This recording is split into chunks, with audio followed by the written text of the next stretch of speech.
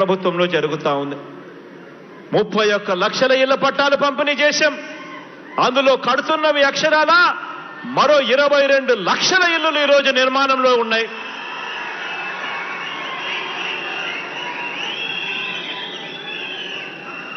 నిజంగా ఆశ్చర్యం అనిపిస్తుంది.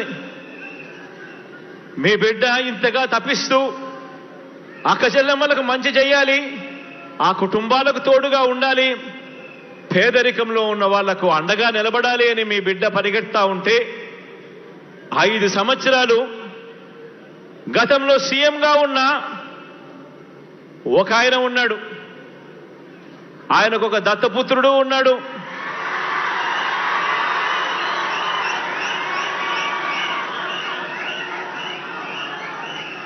ఆ దత్తపుత్రుడు, ఆ దత్త తండ్రి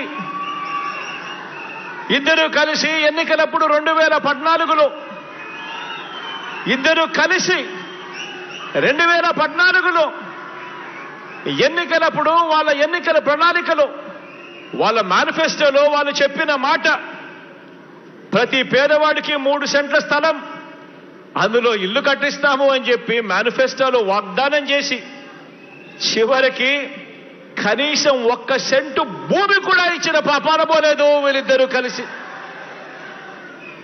కానీ ఆనాడు మాత్రం ఆ దత్త తండ్రి అక్క చెల్లెమ్మలను, పేదవాళ్లను అడ్డగోలుగా మోసం చేస్తే ఈ దత్తపుత్రుడు ప్రశ్నిస్తానన్న వ్యక్తి కనీసం ఏ ఒక్కరోజు ప్రశ్నించకపోగా కనీసం కేంద్ర ప్రభుత్వానికి ఒక లేఖ కూడా రాయలేదు.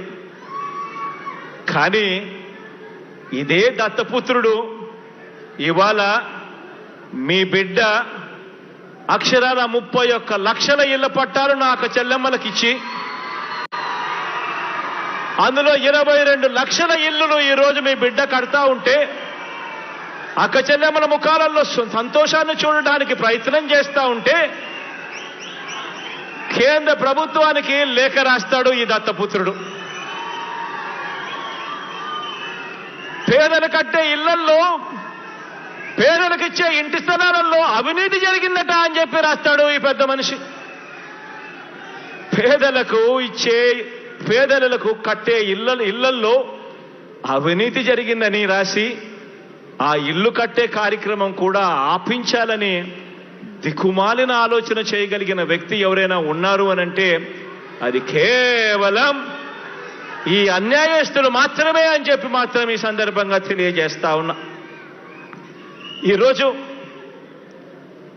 అవినీతి పరుడు చంద్రబాబు అని చెప్పి సాక్షాత్తు కేంద్రానికి సంబంధించిన ఇన్కమ్ ట్యాక్స్ డిపార్ట్మెంట్, అవినీతి పరుడు చంద్రబాబు నాయుడు అని చెప్పి సాక్షాత్తు కేంద్రానికి సంబంధించిన ఈడీ, వీరిద్దరూ కూడా బాబుకు సమన్లిస్తే కోర్టులు కూడా దాన్ని నిర్ధారించి అవన్నీ కూడా పరిగణలోకి తీసుకొని ఆ చంద్రబాబును జైల్లో పెడితే జైలు దగ్గరికి వెళ్ళి ఈ దత్తపుత్రుడు ఈ దత్త తండ్రిని పరామర్శిస్తాడు.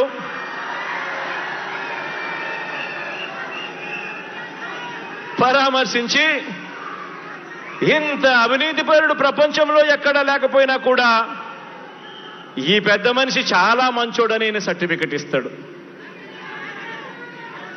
అక్కడేమో అవినీతి జరిగినా కూడా మాట్లాడాడు ఈ పెద్ద మనిషి.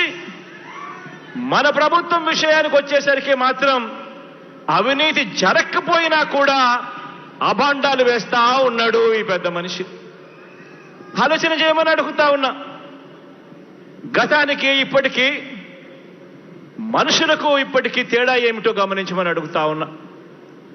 నిజంగా చంద్రబాబు నాయుడు గారు అనే వ్యక్తి అవినీతి చేసినా కూడా నోరెందుకు మెదపడు ఆ పెద్ద మనిషి అనంటే కారణం ఆ అవినీతిలో ఈయనకు కూడా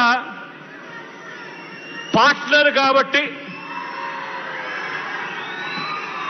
ఎవడు నోరు మెదపడు, ఎవడు మాట్లాడడు, ఈనాడు అనే దినపత్రికలో ఎవడు చూపడు, ఆంధ్రజ్యోతి అనే టీవీలో ఎప్పుడు రాదు, టీవీ5 వాళ్ళు అసలు చెప్పరు, దత్తపుత్రుడు ప్రశ్నించడు.